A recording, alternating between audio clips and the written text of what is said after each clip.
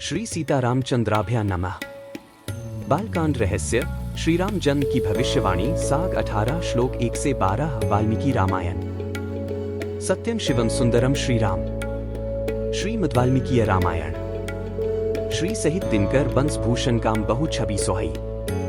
नव अंबुधर बरगात अंबरपीत सुर मन मोहई। मुकुटांग दादी विचित्र भूषण अंग अंगन ही प्रति सजे।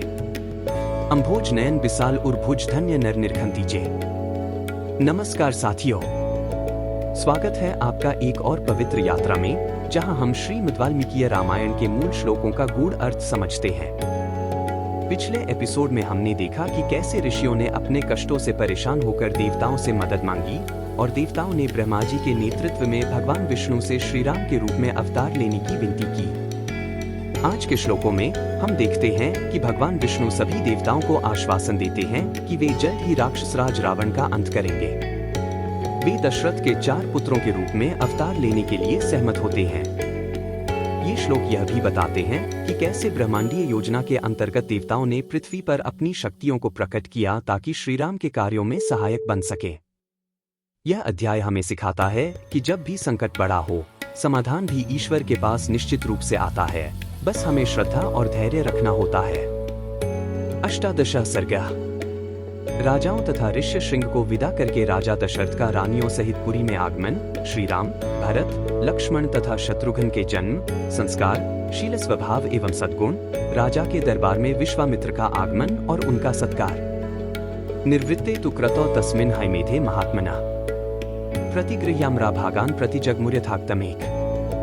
महामना राजा दशरथ का यज्ञ समाप्त होने पर देवता लोग अपना अपना भाग ले जैसे आए थे वैसे लौट गए। एक समाप्त दीक्षानियमः पत्नीगण स्मन्वितः प्रविवेशपुरी राजा सभृत्य बलवाहनः। 2 दीक्षा का नियम समाप्त होने पर राजा अपनी पत्नियों को साथ ले सेवक, सैनिक और सवारियों सहित पुरी में प्रविष्ट हुए। 2 यथाई पूजितास्तेन राज्ञा च पृथिवीश्वराः मुदिताः प्रयुर्देशान् प्रणमय मुनिपुंगवम्। 3 भिन्न भिन्न देशों के राजा भी जो उनके यज्ञ में सम्मिलित होने के लिए आए थे, महाराज दशरथ द्वारा यथावत सम्मानित हो मुनिवर वशिष्ठ तथा ऋष्य श्रृंग को प्रणाम करके प्रसन्नता पूर्वक अपने अपने देश को चले गए। 3 श्रीमता गच्छता तेषां स्वगृहाणि पुरात् ततः बलानि राज्ञा शुभ्राणि प्रहृष्टानि चकाशिरे। 4 अयोध्यापुरी से अपने घर को जाते हुए उन श्रीमान नरेशों के शुभ्र सैनिक अत्यंत हर्षमग्न होने के कारण बड़ी शोभा पा रहे थे। 4 गतेषु पृथिवीशेषु राजा दशरथः पुनः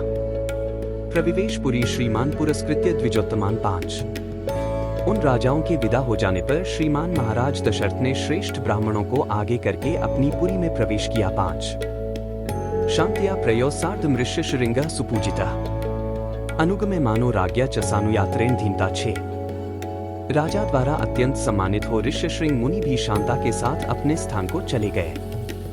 उस समय सेवकों सहित बुद्धिमान महाराज दशरथ कुछ दूर तक उनके पीछे पीछे उन्हें पहुंचाने गए थे। 6 एवं विसृज्यतान् सर्वान् राजा संपूर्ण मानसः उवास सुखितस्तत्र पुत्रोत्पत्ति विचिंतयन्। 7 इस प्रकार उन सब अतिथियों को विदा करके सफल मनोरथ हुए राजा दशरथ पुत्रोत्पत्ति की प्रतीक्षा करते हुए वहां बड़े सुख से रहने लगे। 7 ततो यज्ञ समाप्ते तु ऋतूना षट् समत्ययोः ततश्च द्वादशे मासे चैत्रे नामिके तिथो 8 नक्षत्रे दिति दैवत्ये स्वोच्च संस्थेषु 5 ग्रहेषु कर्कटे लग्ने वाक्पताविन्दुना सह नो प्रोद्यमाने जगन्नाथं सर्वलोकनमस्कृतम् कौसल्याजन्यद् रामं दिव्य लक्षण संयुतम। 10 यज्ञ समाप्ति के पश्चात जब 6 ऋतुएं बीत गईं, तब 12वें मास में चैत्र के शुक्ल पक्ष की नवमी तिथि को पुनर्वसु नक्षत्र एवं कर्क लग्न में कौसल्या देवी ने दिव्य लक्षणों से युक्त सर्वलोक वंदित जगदीश्वर श्री राम को जन्म दिया।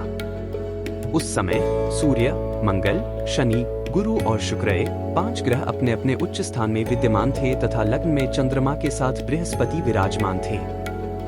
विष्णोरर्धन महाभागन पुत्र मैक्ष्वाकुनंदनम लोहिताक्षम महाबाहु रक्तोष्ठम दुंदुभिस्वनम। 11 वे विष्णु स्वरूप भविष्य या खीर के आधे भाग से प्रकट हुए थे। कौसल्या के महाभाग पुत्र श्रीराम इक्ष्वाकुकुल का आनंद बढ़ाने वाले थे। उनके नेत्रों में कुछ कुछ लालिमा थी।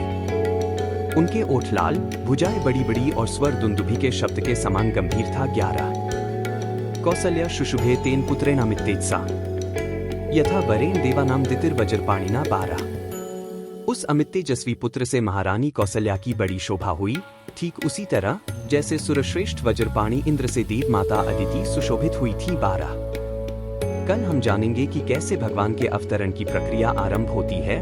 बालकांड सर्ग 18 के श्लोक 13 से 24 तक। यह भाग श्री राम जन्म के संकेतों से भरा हुआ है।